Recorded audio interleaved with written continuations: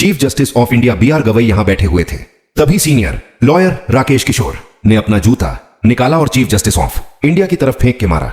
CJI को नहीं लगा, उनके साइड से जूता चला गया। राकेश किशोर को सिक्योरिटी ने पकड़ लिया, कोर्ट से बाहर निकाल दिया और बार काउंसिल ने राकेश किशोर को इमीडिएटली सस्पेंड भी कर दिया। रोहित टेक को फॉलो करके इस बात को समझो कि खजुराहो के जवारी टेंपल में भगवान विष्णु की मूर्ति के डैमेज का एक केस चल रहा था।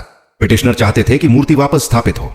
जब यह केस सुप्रीम कोर्ट में आया तो पिछले महीने सितंबर में CJI गवाई की बेंच ने उस सुनवाई को PIL के फुल फॉर्म का टूंट मारते हुए पब्लिसिटी इंटरेस्ट लिटिगेशन कहा, यानी कि यह सब तुम पब्लिसिटी के लिए कर रहे हो। CJI गवाई ने केस डिसमिस करते हुए यह भी कहा कि जाके भगवान से बोलो ना कुछ करने के लिए। अगर तुम इतने बड़े विष्णु भक्त हो तो प्रार्थना करो, ध्यान लगाओ।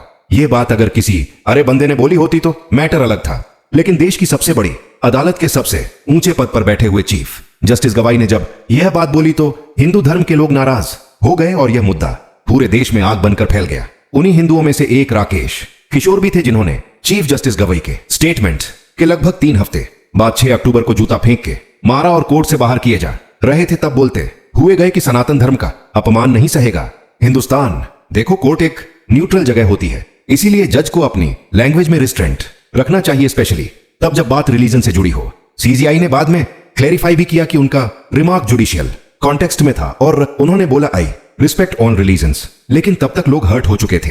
पर इसका मतलब यह भी नहीं है कि किसी वकील को जज पे जूता फेंकने का हक मिल जाता है।